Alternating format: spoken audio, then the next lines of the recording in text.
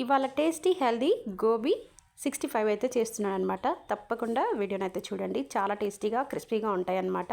First అయితే cauliflower తీసేసుకొని నేను సన్నగా కట్ చేసుకొని వాటర్లో కడిగి ఒక 2-3 నిమిషాలు వేడిగా చేసుకున్నాను అనమాట. అంటే ఉడకబెట్టాను. అలా ఎక్కువ ఉడకబెట్టద్దు, లైట్గా కొంచెం ఉడకబెట్టాలన్నమాట. అలా ఉడకబెట్టిన తర్వాత ఇందులో కొంచెం కార్న్ఫ్లోర్, అలాగే కొంచెం మైదాపిండి, కొంచెం ఉప్పు, కారము, కొంచెం ఫుడ్ కలర్ అలా అన్నీ వేసేసుకొని కొంచెం వాటర్ వేసుకొని పకోడీ పిండిలాగా కలుపుకొని పకోడీలాగా వేసుకోవాలి. ఇలా పకోడీలాగా వేసుకున్న తర్వాత మనం అందులో కొంచెము కరివేపాకు కూడా వేసేసుకొని ఒకేసారి వేపుకొని ఈ విధంగా అయితే గోబీ 65 చేయాలి.